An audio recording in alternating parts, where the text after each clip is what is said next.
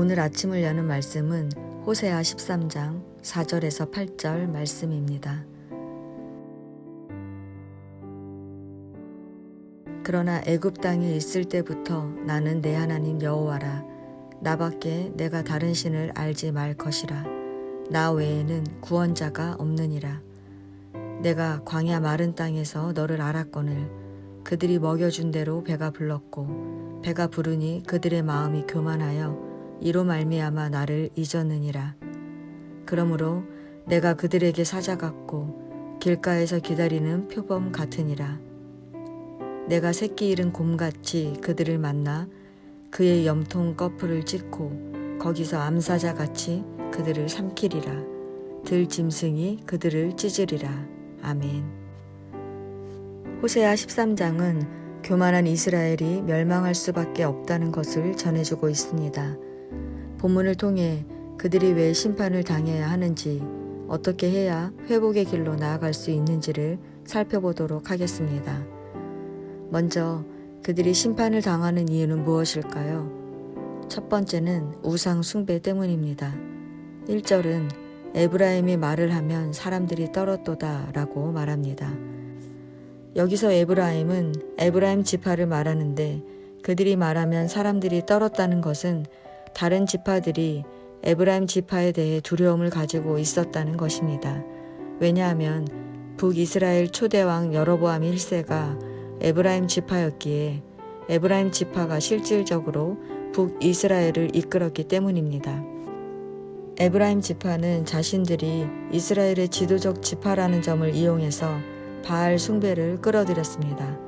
바알은 가나안의 우상으로 여로보암이 단과 베델에 금송아지를 세우고 이스라엘 백성들로 하여금 이것이 애굽에서 너희를 인도한 너희 신이라며 섬기게 했던 것입니다. 이렇게 에브라임 지파는 이스라엘 가운데서 바알 숭배를 하며 나머지 이스라엘 지파들로 하여금 걸려 넘어지게 했던 것입니다.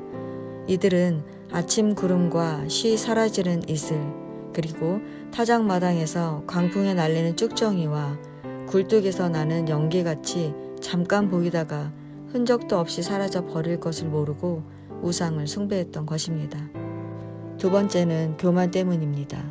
하나님은 이스라엘을 애굽에서 나오게 하신 구원자시며 그들을 광야 마른 땅에서 인도하시며 기르신 분입니다. 이스라엘은 광야의 여정을 걸으며 남편과 아내가 더불어 살아가면서 육체적으로, 인격적으로, 영적으로 연합하여 서로 아는 것처럼 특별한 관계를 맺고 있었습니다. 그런데 그들이 광야에서 하나님이 베푸신 은혜와 축복으로 인해 교만해졌습니다. 그들은 하나님으로부터 받아 누리는 것에 집착하며 그 모든 것을 베푸신 하나님을 잊어버리고 만 것입니다. 그래서 하나님은 사자같이 표범같이 이스라엘을 덮치시겠다고 말씀하십니다. 하나님은 아수르를 통해 여호와 하나님을 배신한 이스라엘을 암사자처럼 삼키실 것입니다. 세 번째는 하나님을 대적했기 때문입니다. 이스라엘은 왕 대신 하나님을 인정하지 않고 인간 왕을 요구했습니다. 하나님은 그들에게 너희 왕이 지금 어디 있느냐, 너희를 구원하라고 하여라 말씀하십니다. 하나님은 자신들을 구원할 수 없는 왕을 구한 이스라엘의 어리석음에 분노하사 아수르 왕을 통해 멸망하실 것을 말씀하십니다. 하나님은 이러한 이스라엘의 죄악이 봉함되었고 저장되었다고 말씀하십니다. 이 말은 이스라엘의 죄악이 결코 잊혀지지 않는다는 것입니다. 즉, 하나님께서 정하신 날에 하나님께서 간직하고 계신 이스라엘의 죄악들을 밝히 드러내 심판하신다는 것입니다. 이스라엘이 멸망하는 것은 강대국의 침략 때문이 아니라 그들의 죄악 때문입니다.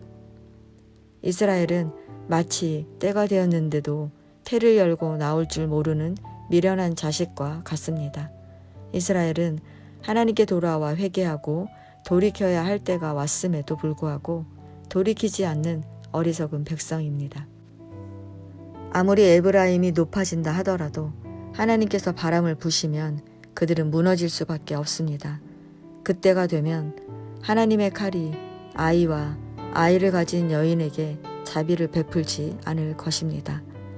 성도 여러분, 이스라엘이 이렇게 멸망할 수밖에 없는 것은 하나님을 잊어버렸기 때문입니다. 우리는 어떻습니까? 우리는 하나님을 나의 구원자로 믿고 살아가고 있습니까? 우리가 하나님을 잊고 살아가게 하는 것은 교만에서 출발합니다. 우리는 에브라임이 힘과 권력을 가지게 되자 하나님을 잊어버리고 자신들의 생각대로 행했던 것을 기억해야 합니다. 이 시간 내가 높아지려는 것이 무엇인지 돌아보시기를 원합니다. 지식입니까? 물질입니까? 그것이 우상 숭배이고 우리를 죄악으로 넘어지게 하는 것입니다. 성도 여러분, 내가 가지고 있는 지식, 물질, 권력, 능력을 내가 아닌 타인을 위해 사용할 수 있다면 우리는 높아지는 자리가 아니라 섬기는 자리에 서게 될 것입니다. 그러면 우리는 자연히 하나님의 영광을 드러내는 삶을 살아가게 됩니다.